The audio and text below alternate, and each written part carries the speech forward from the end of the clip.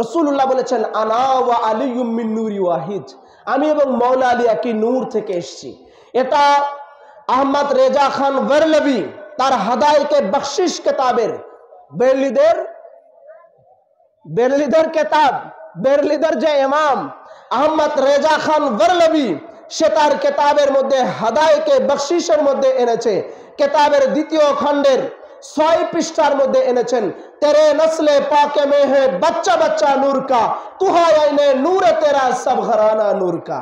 যখন রাসূলুল্লাহ বলেছেন আনা ওয়া আলিয়্যুম মিন নূরি ওয়াহিদ, এই রেজা খানের চোখের সামনে যখন এই হাদিসে পাক আসলো, আহমদ রেজা বলছে ইয়া রাসূলুল্লাহ আপনি আর আলী শুধু নূর হবেন কারো, তেরে নসলে পাকে মে হে বাচ্চা বাচ্চা নূর কা তুহা আইনে নূরে তেরা সব ঘরানা নূর কা। ইয়া রাসূলুল্লাহ তেরে নসলে পাকে মে হে, আপনার নসল থেকে ছোট্ট ছোট্ট আওলাদ পাক বাচ্চারা ছোট্ট ছোট্ট মাসুম যারা এসেছেন প্রত্যেকেই নূরে খোদা নূরে মুহাম্মদী আছে।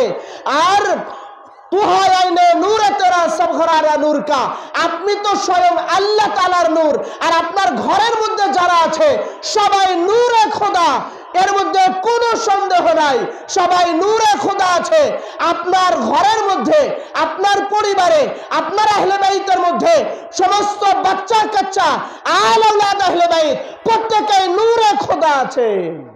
এই জন্য বলেছেন তেরে নসলে পাকে মে হে বাচ্চা বাচ্চা নূর কা তুহা আইনে নূরে তেরা সব ঘরানা নূর কা। আপনার ঘরের মধ্যে যারা আছে মওলা আলী আলাইহিস সালাম, খাতুন জান্নাত ফাতিমাতুজ জাহরা, ইমাম হাসান, ইমাম হুসাইন, ইমাম জয়নুল আবেদিন, ইমাম আলী আসগর আলাইহিস সালাম, ইমাম জয়নুল আবেদিন, ইমাম হাসান মুসান্না, ইমাম তাকি, ইমাম নাকি, ইমাম হাসান আসকারি, ইমাম রেজা, ইমাম